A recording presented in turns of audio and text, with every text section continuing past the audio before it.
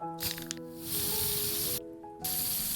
friends, and welcome back to Lady Dynamite Creates. I'm Tiffany, and today, based on the title and thumbnail, you probably already know what's going down. I'm taking on a fan favorite from Monster High, Clawdeen Wolf. Of course, I'm putting my own spin on things with a Chibi style repaint, so wish me luck because we're diving in. Back in December, I 3D printed these BJDs for my Dynamite tier patrons and mixed up some leftover resin in a bunch of different skin tones to use what I already had. The colors turned out so pretty, and that's when it hit me.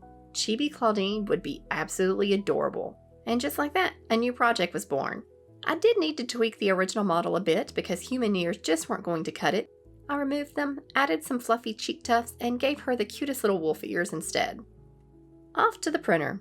Once all the parts were done printing, I popped them off the build plate, gave everything a good wash, removed the supports, and put them into the station to cure.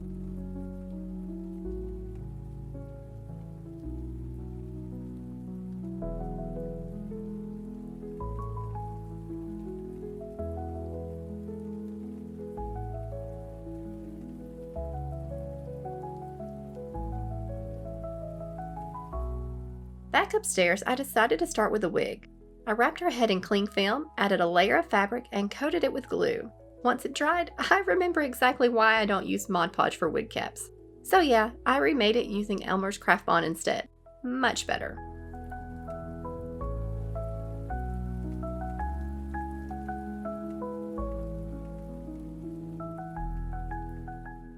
Now that the cap was ready, I painted the back to match the hair color and the front to match the skin.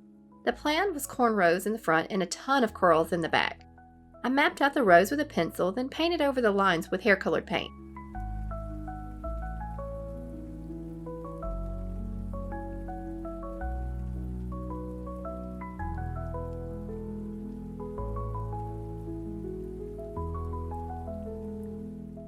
Once that had dried, I added the sections so that it looked like braided back hair. I leaned heavily on Delightful's Valentine repaint for reference, but honestly, I wasn't sure just how well this would work on a wig.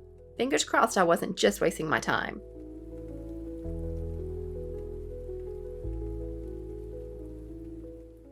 For the braids, I unraveled some yarn, took 6 individual strands and braided each section to match the layout I planned.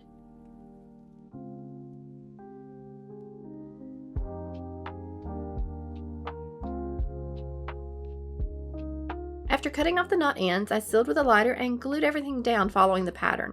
I left the tails loose for now since I'll be brushing and curling them later to help blend in with the rest of the hair. Endless thanks to my wonderful Patreon supporters for being part of this journey. Your support means more to me than I can put into words, and I'm so thankful for every one of you. Angel Book Walter, Awkward Burb, Deborah Sweeney, Jay Zur, Stephanie L, Dancing Johari, Wednesday, Vex Mini Studio, Cozy Cat, Ellen Daria, Kitsy, The Oak Magpie, Tara N. Then it was time to start adding the curled wefts until the entire cap was filled. I curled tiny sections before attaching them because it was honestly the easiest way. This part took forever. I had to stop and make more wefts twice because it used way more than I expected. Totally worth it though because look how amazing this wig turned out.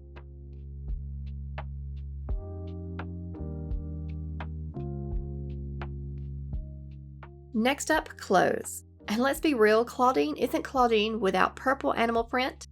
I designed my own fabric and had it custom printed by Kate & Co. over on Facebook, and it turned out perfect for this project. I cut out my pieces and started with the bodice. Instead of cutting the neckline and armholes, I stitched directly along these lines with 2 layers of fabric, right sides facing. This gives a super clean finish around the neck and arms.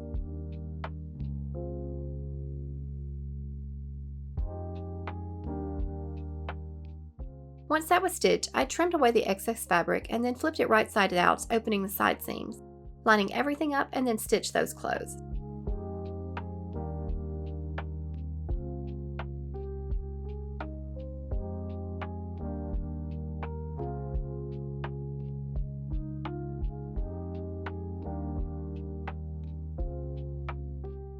And just like that, the bodice is done and ready for the skirt. I used 2 fabric pieces to get enough length for the ruffle. Joined them together, gathering them down and attaching them to the skirt panel.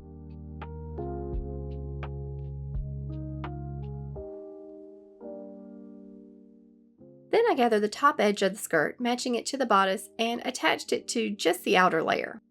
After that, I folded the lining under and hand sewed it in place to hide all of the seams and keep everything nice and clean.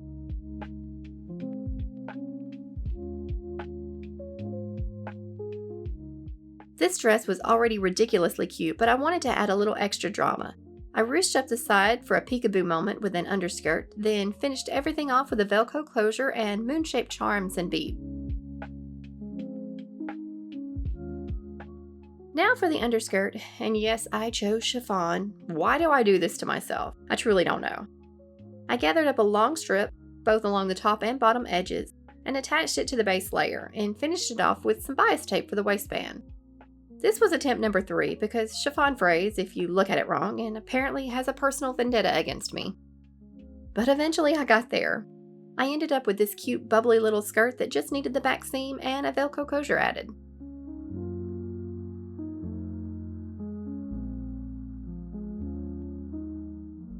And honestly, it was worth it. Even if it made me cry a little and seriously consider pulling my hair out. I mean, look at how perfect this all came together. Very Clawdeen. The outfit still felt like it needed something extra, and one thing Clawdeen is always serving is fur. Lime green fur was basically non-existent, so I made my own using white fur from my stash and pan pastels. I coated it really well, then heat set the color with a flat iron.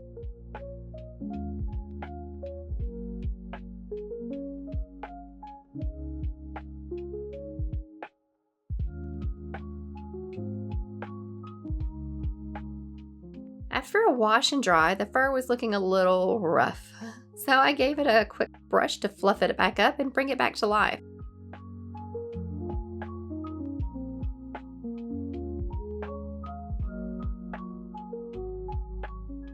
I got a little ahead of myself here, but I layered the fur with lining fabric, stitched around the neckline and armholes, trimmed away the excess, and flipped it right side out, the same trick as before with the bodice. Next, I took the bottom edge of the lining and fur and pulled them around so the right sides were facing and stitched along that edge, trapping the body of the shrug inside. You have to be very careful not to catch any of the trapped fabric while sewing.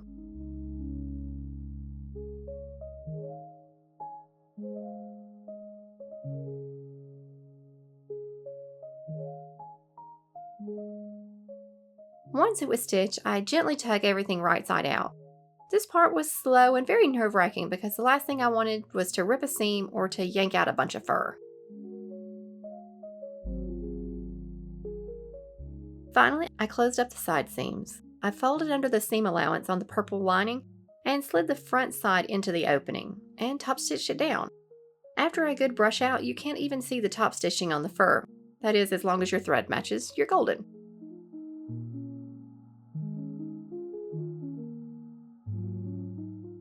And now it's face-up time. I coated the head with 3 coats of Mr. Super Clear UV Cut Flat, and once everything was fully cured, I could get started. I'll admit I was pretty nervous about this one. This face-up was a big departure from my usual style, and the sculpt itself was very simplified, so every detail really counts. There aren't a lot of deep contours or dramatic features to lean on, which means every line and color choice counts. No pressure, right? Since this is a chibi style face with inset eyes, I wasn't painting the eyes themselves, which meant the focus was all about shaping the overall eye look. I spent a lot of time working on the lashes and the lines around the eyes to really define the eye shape and make everything feel balanced and expressive. That's not even mentioning the fact that there are no molded lips at all. Drawing on the slight smile, complete with tiny fang, felt like an odd departure from my usual workflow. I did look at a lot of anime-style repaint artists to get a better feel for line construction on those simplified features. I took things slow, but that had more to do with my confidence level than anything. By the end, I was honestly really happy with how it turned out. It's different from my usual style, but it really suits this chibi Clawdeen perfectly, and stepping outside my comfort zone felt like a win. My favorite part of this face-up, though, wound up being the baby hairs. I was so nervous to add them, but once I paired it with the wig, they made such a difference and really brought the whole look together.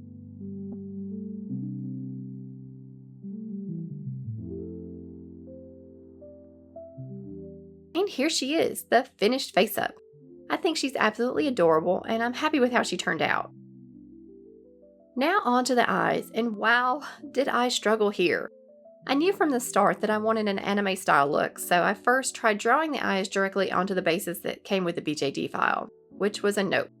Then I thought, okay, I'll just draw them on paper instead, which actually looked great right up until I cut them out. Without the glass cabochons to glue them on before cutting, they just kept looking a little wonky. After way too much trial and error, I finally landed on modeling and printing my own anime style eyes inspired by the Enchantarium look. And honestly, that works so much better. Having the shape already modeled made painting way easier, and everything just came together.